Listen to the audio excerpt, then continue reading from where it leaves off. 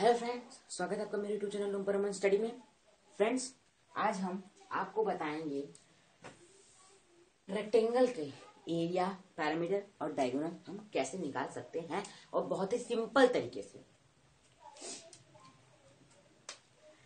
हम area parameter को फिर से रीस्टार्ट करते हैं, जैसे कि आपने पहले पढ़ ही चुका होगा एरिया पैरामीटर क्या होता है, लेकिन हम फिर से उसको रिवाइज करते चलते हैं। तो हम आपके टीचर्स को बता देंगे कि ये हमारा क्या है, रेक्टेंगल है। ये जो इसका ऊपर का जो ये एरिया होता है, जिसका ऊपर का एरिया होता है, ये होता है लेंथ, और ये होता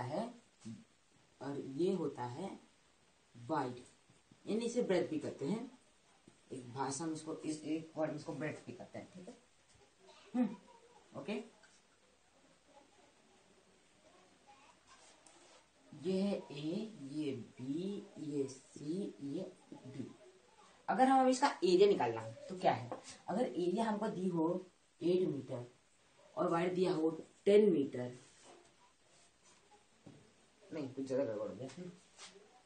अगर हमें ये जो वाइड है वो 8 मीटर दिया हो और ये जो 8 मीटर जो है लेंथ 10 मीटर हो और वाइड 8 मीटर हो, तो हमें इसका एरिया कैसे निकाल सकते हैं। आप सिंपल तरीके से जानते हैं कि एरिया का फॉर्मूला क्या होता है, एरिया ऑफ रेक्टेंगल, यानी कि क्षेत्र, एरिया ऑफ रेक्टेंगल।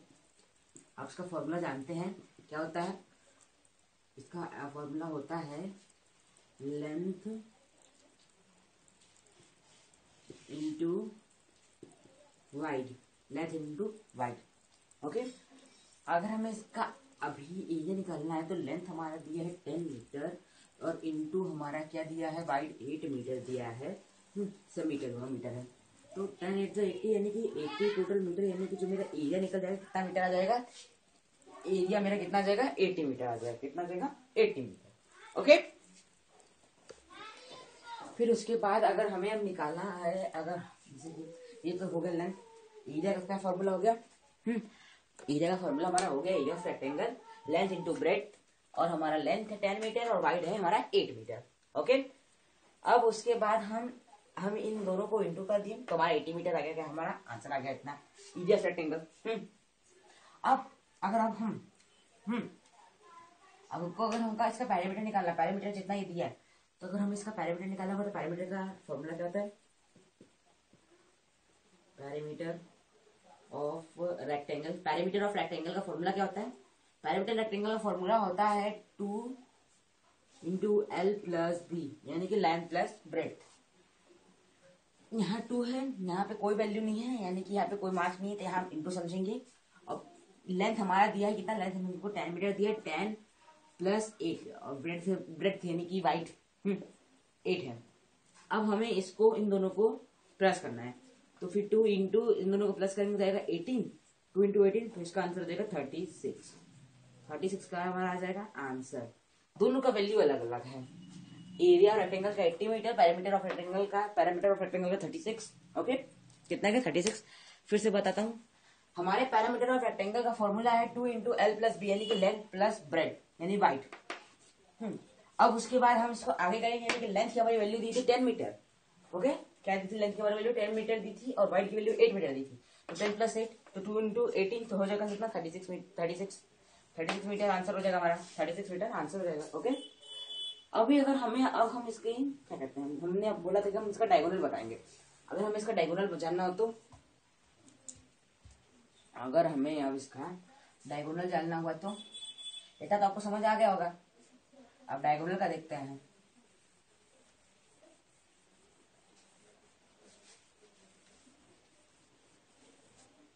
डायगोनल का ओके, तो डायगोनल में ये हमारा एक 90 डिग्री का कोण बन गया। कितना बन गया, 90 डिग्री का क्या बन गया, कोण बन गया। तो ये हाइपोटेनस, ये है बेस, और ये है जो परपेंडिकुलर समझ लीजिए, अपने कॉपी में नोट कर लीजिए, हाइपोटेनस बेस परपेंडिकुलर। तो इसका फॉर्मूला होता है हाइपोटेनस का square is equal to base का स्क्वायर प्लस परपेंडिकुलर का square, H square plus B, H square is equal to B square plus T square. तो एच स्क्वायर में A C square, A C square is equal to L square यानी कि length square plus breadth का square. Okay, हमारा length दिया है 10 metre और wide दिया है 8 मीटर। अगर हमें अब इसका डायगोनल फाइंड करना है, इसका डायगोनल कितना आना चाहिए, तो AC square is equal to 10 metre square plus bread 8 metre. अगर अब हम देखें इसका तो 10 का स्क्वायर कितना होता है 100 होता है, प्लस 8 का स्क्वायर कितना होता है 64 होता है। 8 का 64 होता है स्क्वायर। और अब हम इन दोनों को प्लस करेंगे तो कितना जाएगा, AC square equal to 164 metre. Okay, 164 क्या आ गया हमारा मीटर आ गया। तो फ्रेंड्स हमारा जो ये आंसर आ गया कितना 164 मीटर। 164 क्या हमारा डायगोनल क्या आ गया 164 मीटर, 164 आ गया। अगर हमें अब फाइंड करना है ब्रेड, डायगोनल दिया हुआ है। ओके, अगर अब हमें फाइंड करना है ब्रेड, डायगोनल दिया हुआ है, तो हम इसे कैसे करेंगे।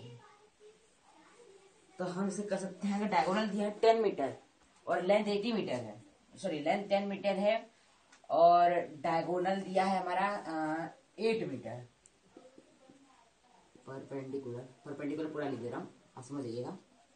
परपेंडिकुलर अगर डायगोनल मेरा दिया है, यानी कि डायगोनल डी समझ लीजिए, डायगोनल दिया 8 मीटर, तो इसका आंसर कैसे निकलेगा, डायगोनल 8 मीटर। तो डायगोनल 8 मीटर दिया है, तो AC यानी कि हाइपोटेनस यानी कि डायगोनल H डायगोनल, तो यहाँ पे हम 8 मीटर स्क्वायर लिख देंगे। और लेंथ हमारा दिया है 10 मीटर, तो 10 मीटर स्क्वायर, और हमें B यानी कि ब्रेथ फाइंड करना है, तो कैसे करेंगे। अब हमारा जो 8 का स्क्वायर है वो 64 हो जाएगा, फिर इक्वल टू 10 का स्क्वायर कितना हो जाएगा 100 हो जाएगा, फिर हम प्लस कर देंगे B का स्क्वायर।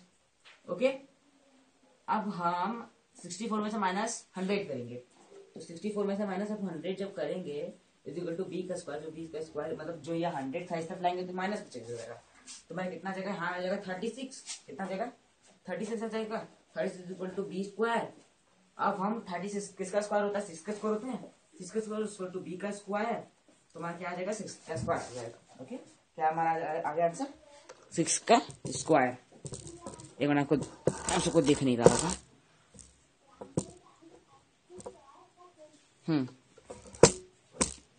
ओके, तो ये जो वैल्यू है ये मेरा क्या है 6 का स्क्वायर, 36 का स्क्वायर होता है, 6 का स्क्वायर होता है, तो 6 का स्क्वायर 36, तो हमारे B की वैल्यू क्या आ गई, ब्रेथ की वैल्यू आ गई 36, मैं सॉरी 6 का स्क्वायर।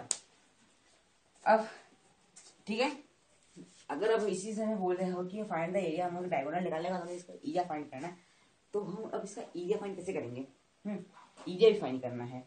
तो हमारा जो ये 6 आ गया, तो जब एरिया में होता क्या है, बताया था लेंथ इनटू ब्रेथ यानी कि वाइड, तो हमारा लेंथ है 10 मीटर, 10 है, फिर इनटू ब्रेथ हमारा कितना आ गया 6 आ गया, 6 इज इक्वल टू कितना आ गया हमारा 60, तो 160 क्या हो गया आंसर हो गया 60 मीटर आंसर। एरिया फाइंड हो गया। अगर पैरामीटर पूछे तो पैरामीटर, ब्रेथ की वैल्यू आ गई, ब्रेथ की वैल्यू निकालने के बाद पैरामीटर निकाल देना, सिंपल। या अगर आपसे पूछे कि लेंथ पूछा है, ब्रेथ और डायगोनल दिया हुआ है, तो आपको जो ब्रेथ है उसको इस तरफ ला देना है, यानी कि साइड में इस तरफ ले आना है, तो आप दोनों की वैल्यू फिर निकाल सकते हैं आराम से। तो ये हमारा जो है सिंपल तरीके से ये रेक्टेंगल हो गया। अब हम जो अपनी नेक्स्ट वीडियो लाएंगे वो स्क्वायर पे लाएंगे, ठीक है, तो बाय बाय।